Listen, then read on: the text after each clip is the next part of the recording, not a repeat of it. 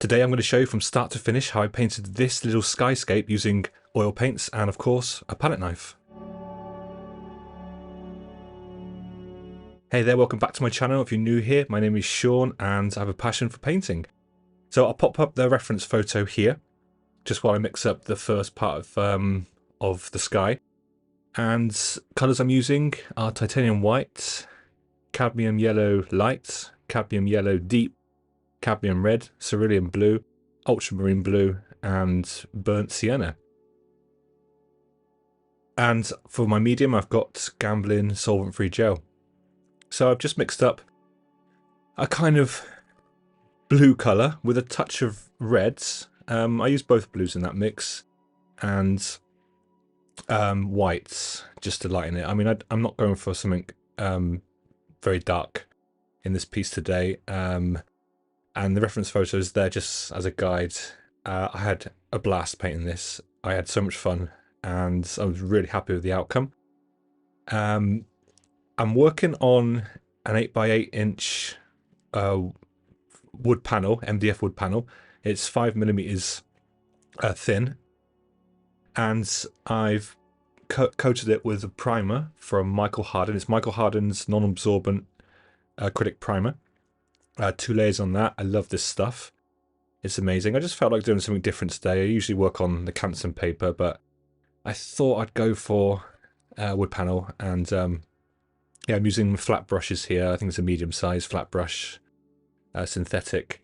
And I'm just laying in the darker parts first. And then I just got the same mix there with a bit of titanium white. And just laying in some lighter areas. Now, this painting I slowed down a little bit. Even though it took me about half an hour, I turned off the camera and was stepping back, which I think you should do when you're painting. And yeah, just took my time a little bit. And yeah, as I said, I'm really happy with the outcome. I didn't have time to do a tutorial last week. I was at school. So I did have a chance to make an exclusive video for my patrons only. I'll leave the link in the description if you want to go check out that and more exclusive content. So yes, yeah, new materials. Loved working on this wood panel. I've got quite a few of them here in my storage unit, and I'm gonna work on them next time. I think I really enjoyed the surface. That non-absorbent gesso primer is amazing. I find with a lot of gesso, acrylic gessos, that the paint does kind of absorb into the surface a bit too much for my liking. But yeah, I've been using this stuff for just over a year now. Every now and then I use it to prime on the surface, and then you can work over top of that with oils. And these are water mixable oils. And the majority of this painting was done.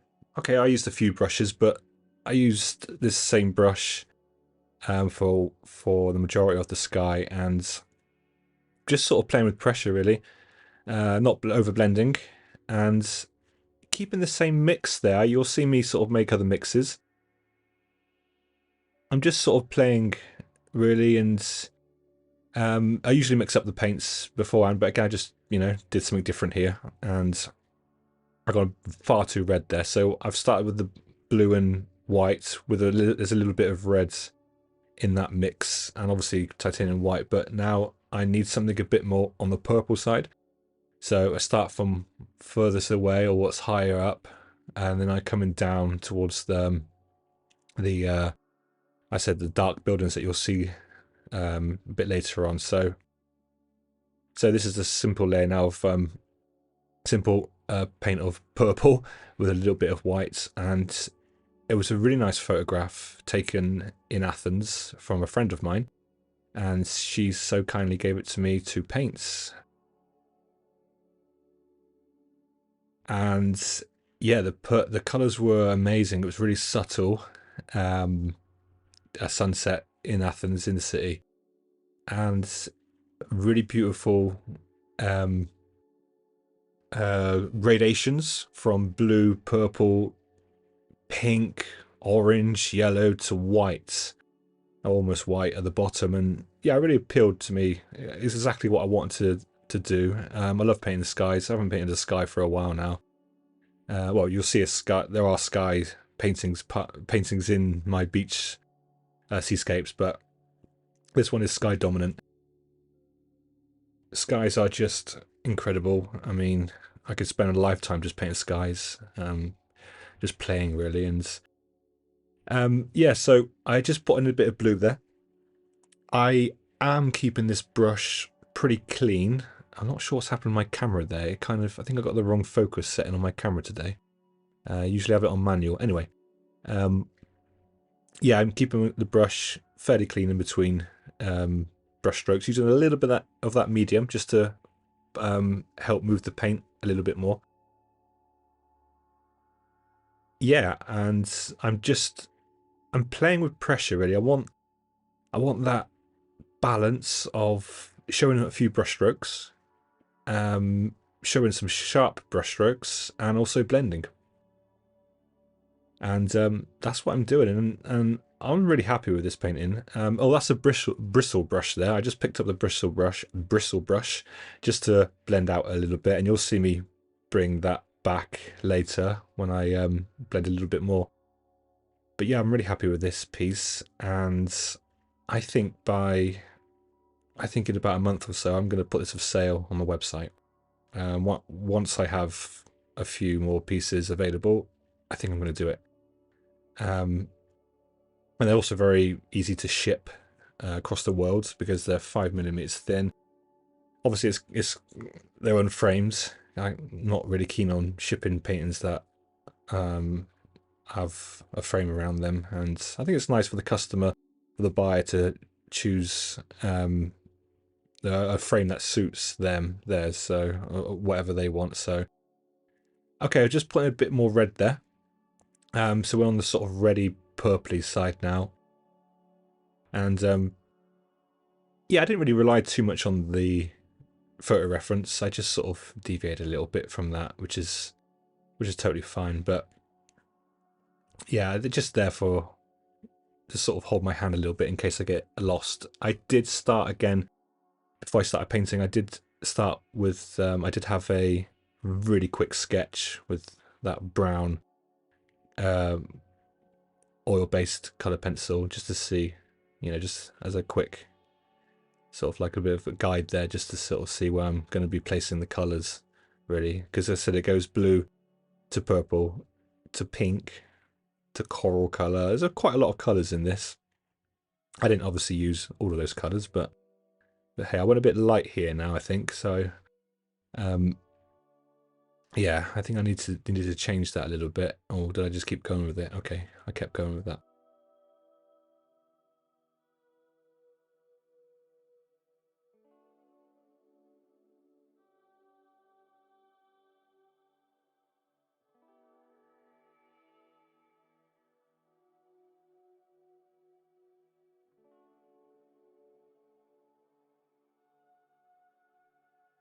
Okay, another advantage of working on these MDF boards that have been primed with primer is signing your work on them. Now, I only sign my work when I work at a primer, which is finishing the painting in one go, in one sitting, like I'm going to do today. And I'm going to show you a really cool technique later of how I sign my work, because I absolutely hate signing my work with a paintbrush. It's crazy, I know, but it's the most difficult thing for me. I hate it. So I'll show you a cool little way later of how I sign my work on the fronts. So I'm just picking up a bit of punchy colour now, and I love the combination of these cool and warm colours. I said to myself, and I think I said it to you as well, that I'm gonna start. I want to start warming up my paintings, so adding a bit of warmth, and that's what I'm doing today, really. So, but I've got a bit of cool colour in that as well, and yeah, I want a bit of warmth in my paintings, and yeah, we're coming a bit lighter now, sort of towards that sort of coral colour.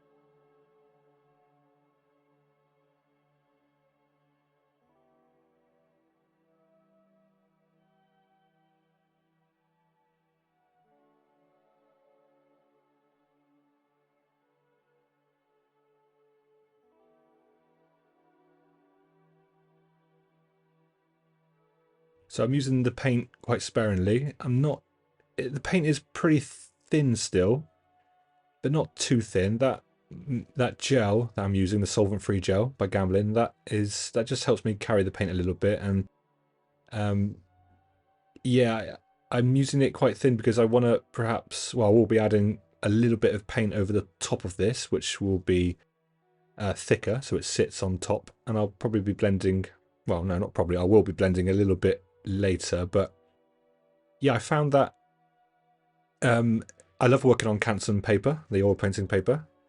My previous tutorials were used on that, but I find that the paint blends a little bit better on these wood panels with the non-absorbent acrylic primer. I found that out today, and yeah, I just moved around the paint a little bit more, and that's not me not using much medium, and more sort of like scrubbing the paint. And also you can see like the paint isn't getting absorbed into the surface like it would do on a canvas for me. I don't like working on canvases really, but okay, can't avoid it sometimes. If I need to do a commission for somebody that wants something on a big canvas, then obviously I'll do it, but I'll make sure the surface is primed, perhaps with this non-absorbent gesso primer. So here I'm just playing with oranges now. My brush was really clean before I jumped into that lighter tone, just to avoid any sort of muddiness going on. But here I'm blending really nicely. There's a really nice smooth gradation there. I love that. I love playing with that. With like I really like my skies to be really blended at the bottom, and it's really simple with oil paints, and it's just effortless. I mean, it's not overworked at all. I could have, believe me, I could have spent an hour on this. I had a lot of fun, but yeah, it took me about 30 minutes to finish, and that was enough. But yeah, huge amounts of fun. And again, I'll say it, just, when you're painting, just make sure to step back a little bit from your painting and, see it from a distance, and perhaps take a break. I took 2 tea breaks in this, even though it only took me half an hour. But it really helped. And I found that I was perhaps rushing a little bit with the previous tutorials. But anyway, these brushes, I'm just sort of moving the brush now to the sides. They're very versatile, what you can do with the brush strokes. And yeah, I found that getting sort of shapes, like solid shapes and soft shapes, it can be done with this brush. You do see me use, you will see me use a filbert, but just to sort of blend and add a little bit of thick texture later. But you also see me use a palette knife too, which is amazing and has different effects. But yeah, there's nothing complicated really. I did spend about 5 days just staring at this photo reference before I attempted to paint it. I think that's quite a good thing to do as well. When you want to plan a painting, plan it a few days in advance and just look at the photo reference. Here, the paint is slightly thicker there, and I want those brush strokes to sort of be visible. Yeah, I love those brushes. Really do leave amazing brush strokes. I love that sort of squared off, abstracty look that you can get from these brushes. That in combination with blending and palette knife is absolutely amazing. And also with values as well. I'm keeping my values in check. I'm not going too bright. It looks, some areas are quite bright, but I wanted it a little bit more sort of subtle. You'll see me add some lighter paint over the top in certain areas shortly.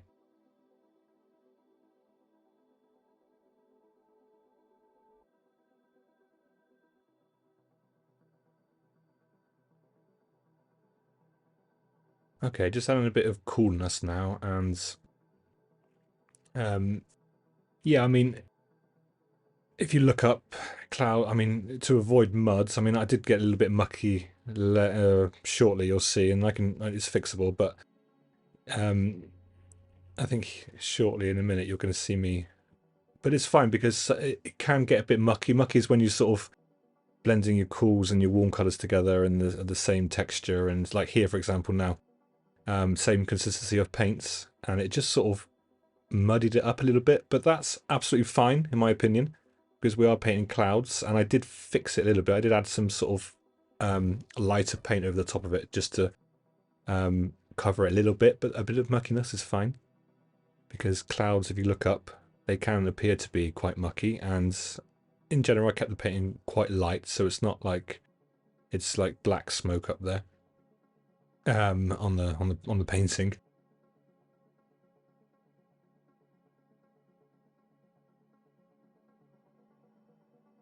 So for example here I just made a mistake there with the warm. I didn't want that to be in there, so I just added some thick paint and just mushed it together.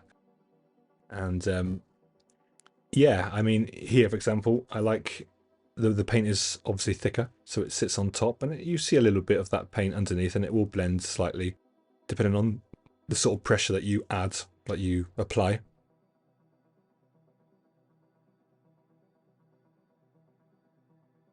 And here we go. So as I just mentioned, thicker paint with a palette knife and playing really. I love that abstraction that you can achieve with a palette knife, and also you can, these wood panels, obviously harder than paper, so you can scratch into the surface, like which you're going to see me do throughout the painting, and just to create that abstraction and the broken edges. I adore that so much.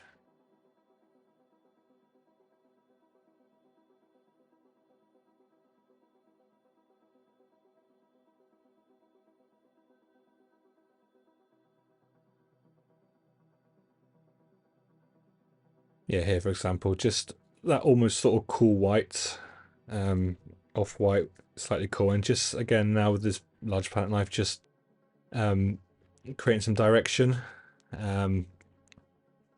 It's pretty nice if you can mix your cool and warms together without it muckying up, and does make for a harmonious kind of painting. And the palette is pretty simple with this. I mean, there are obviously simpler palettes, but I mean it's a few colors only.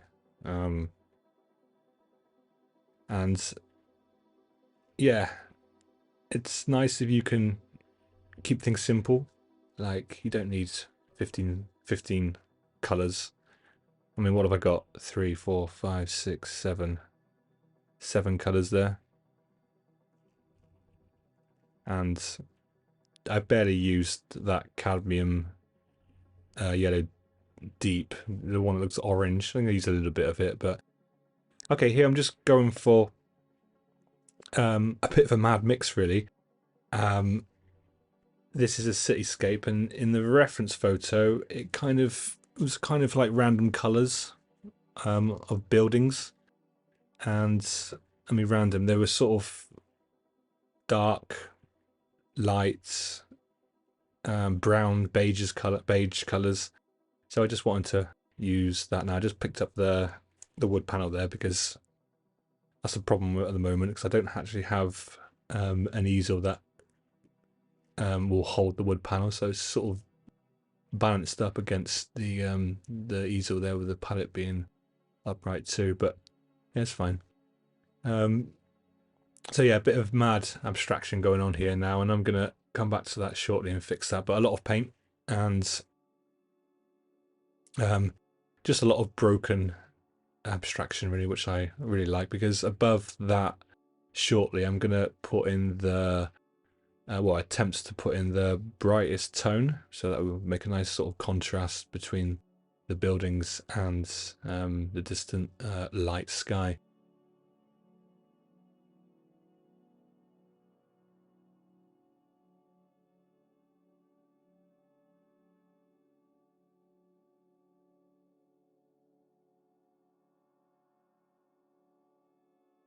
And then just adding a bit more dark over the top of that now. So very simple, very quick as well, and a lot of fun really. It was quite difficult doing that whilst holding the wood panel, but it's okay. It's fine. So here, bit of a struggle here. So I want almost titanium white here, just to sort of contrast with that, with those buildings. Yeah, so just going to show you the paint there. So I played a little bit with this with deep breaths and just started applying it really like I'm making a cake, because I want it to be really thick, smoothed out. I want it to be blended. I want it to be everything in this small area here. And a little bit of a struggle, but not too much. Just a little bit. Well, as soon as I applied it, I thought, okay, it's too thick. I don't like the shape. And then the wood panel fell off. And it looks like ice cream, but it's fine. Because it's fun and it's unpredictable. I have an idea of what I want, but I can never truly realize it and see it until it's actually done. It's just an idea of what I want to do with this palette knife right now, and I'm really happy with how it worked out, because I've been staring at this photo reference for like 5 days now, and I just, I know this photo reference, and as you know, I don't do copying photo references to be exact. So this part was important for me now. So I'm just going to get the same consistency of paint, and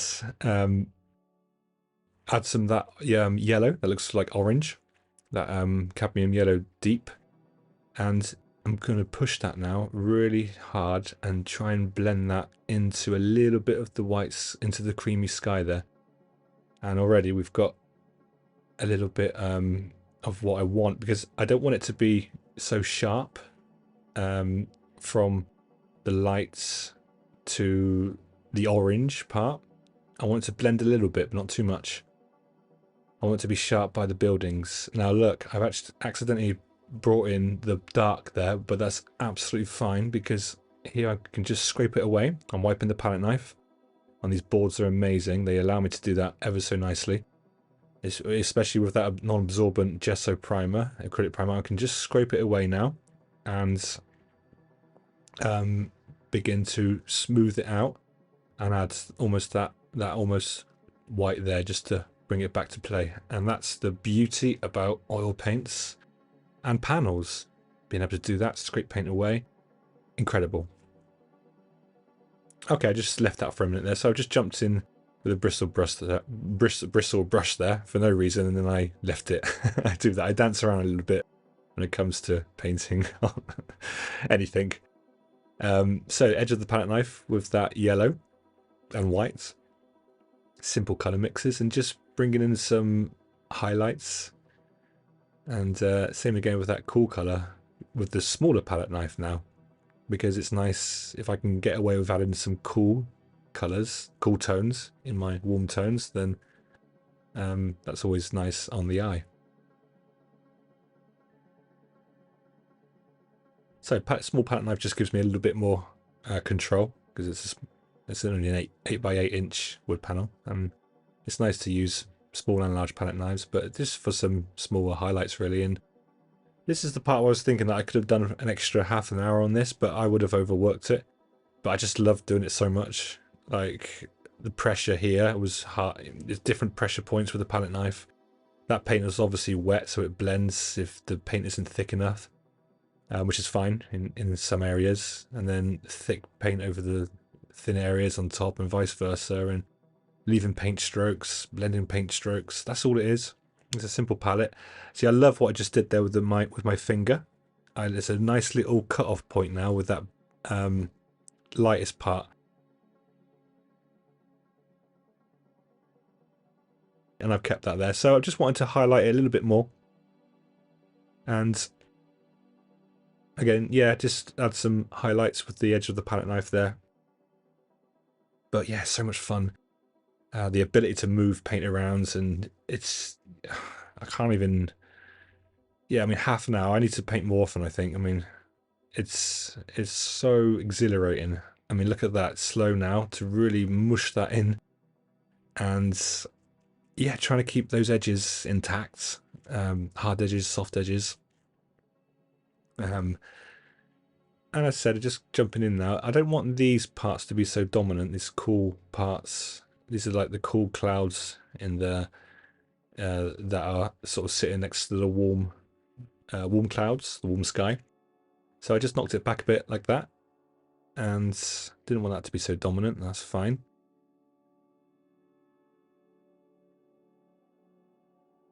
And just scratching in now some abstraction.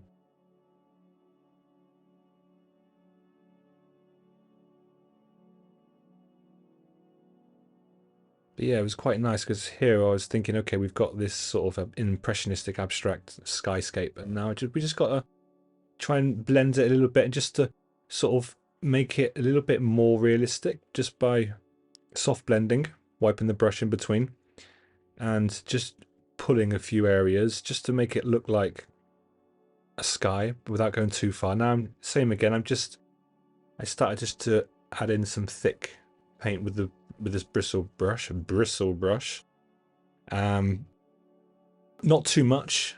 And as you can see, it just sort of creates those clouds that sort of feather off in the distance, and that's easily done, just in a loose way. Brush is still fairly big. I keep away from those small rigger brushes. And that brush was wiped again because I've got a cool mix there, so I don't want to make green. Even though there's actually green in the sky, not my sky, in this sky, but it can be done. It is possible. Skies can be all different colours.